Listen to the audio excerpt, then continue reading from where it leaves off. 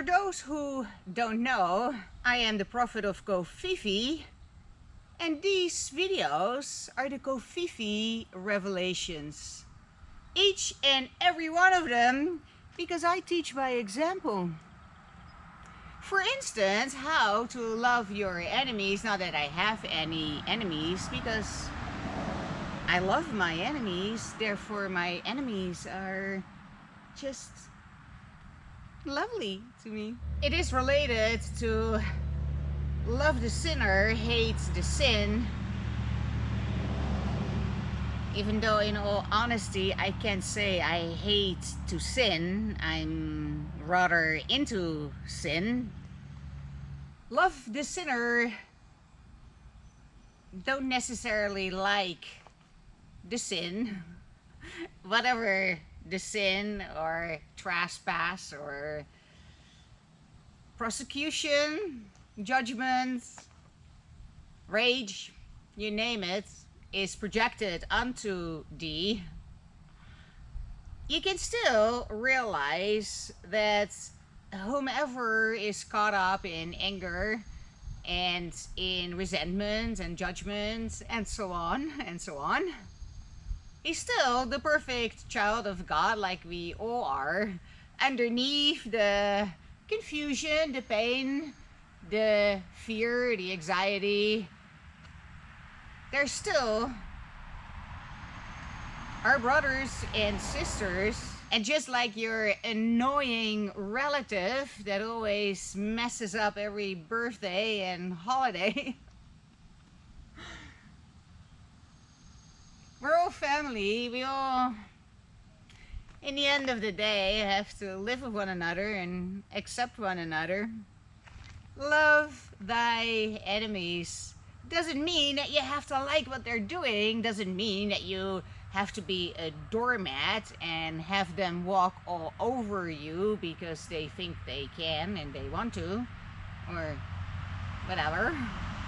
You can still keep your eyes on the prize, your awareness behind the drama where the perfect child of God still resides, perhaps in a bit of a slumber, and therefore certain things or certain people happen to wake you up a little bit.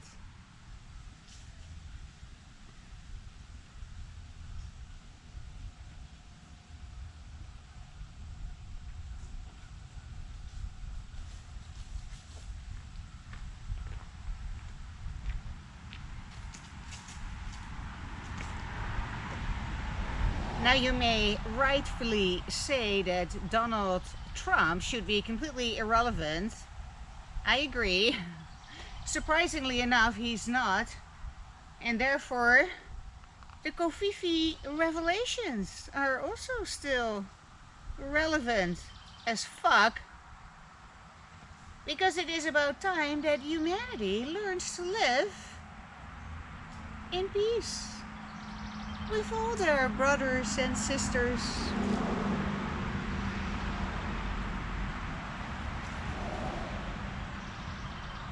Guys, the message didn't change. We're still on message. The message didn't change. All the prophets and the Buddha, Lao Tse, you name it, all are pointing in the same direction, and we like to quote them on Facebook or Twitter or in a lovely picture on Instagram. But are we living those inspirational quotes? Do we need another book about love and peace and joy and happiness and how to obtain it? I don't think so. I have a bookshelf full of them. Anything you could ever want to know about liberation, salvation, the kingdom of heaven, nirvana, bliss, getting completely one with the universe,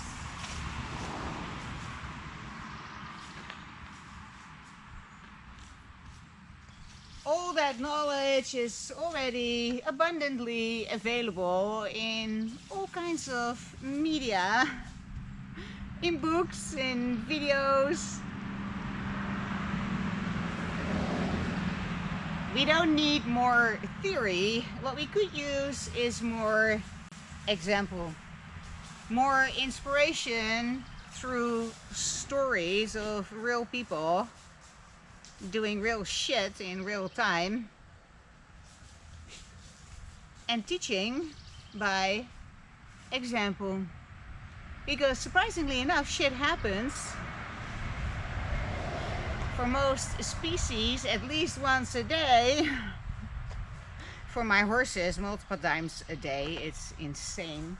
I don't even know why I keep horses. I should be keeping cowboys, at least they look after themselves. I am here as the prophet of Kofifi to teach by example how to connect to the source of love and joy and peace and happiness and fulfillment.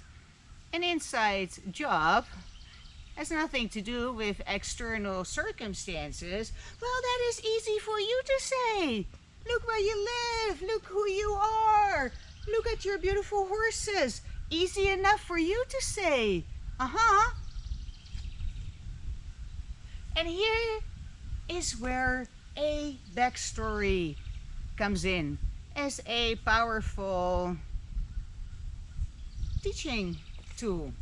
Stories matter. My story matters. It matters to me, and I believe it can matter to others. I will not give up my story.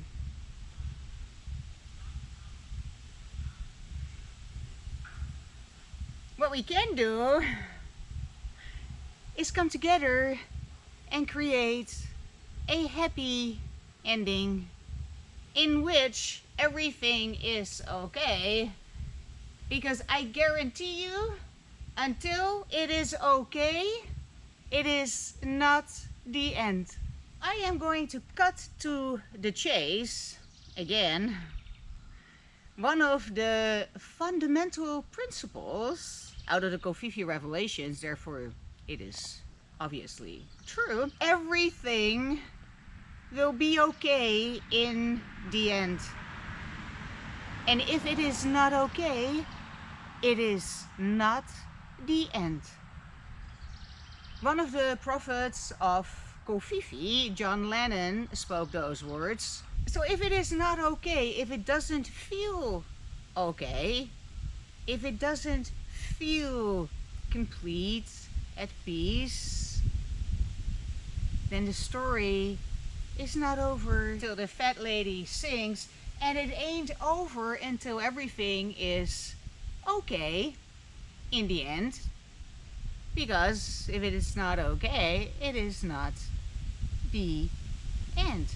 And obviously it's not the end. Like Alice in Wonderland, I can come up with 5 impossible dreams before breakfast.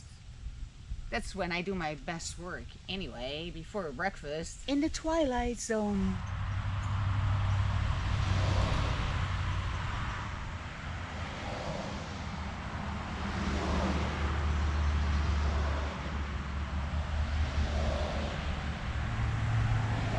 The gloves are coming off.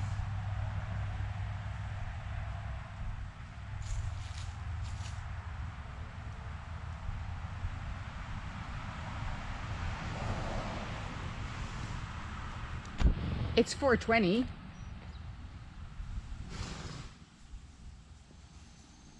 Somewhere.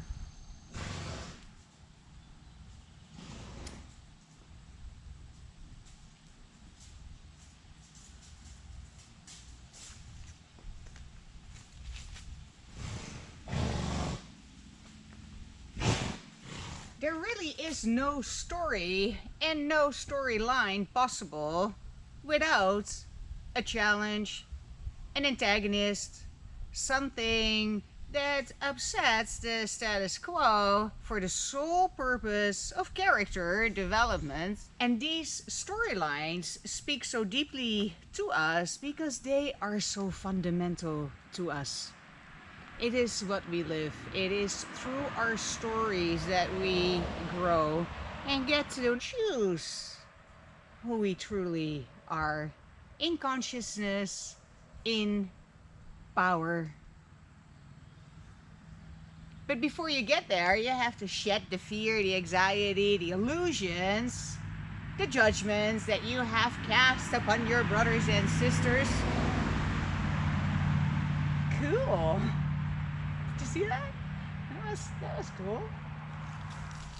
People seldom grow when life is just rainbows and unicorn farts. When you're in your comfort zone and everything is dandy, you have no incentive to grow. It is through challenge, through opposition, through...